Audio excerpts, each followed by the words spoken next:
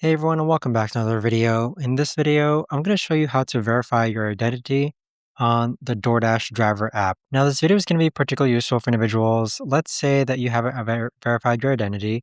How do you actually go ahead about doing so? So what we're first going to do is that we're going to go ahead and start dashing.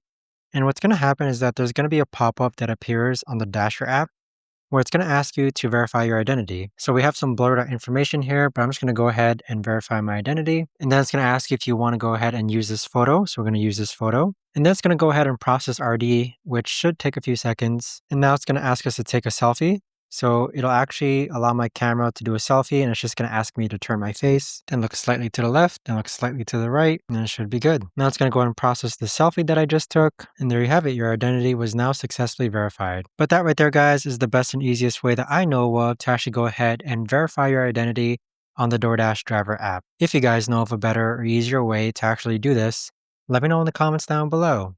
I would love to know. Thanks so much for watching, everyone, and I'll see you guys all in the next video.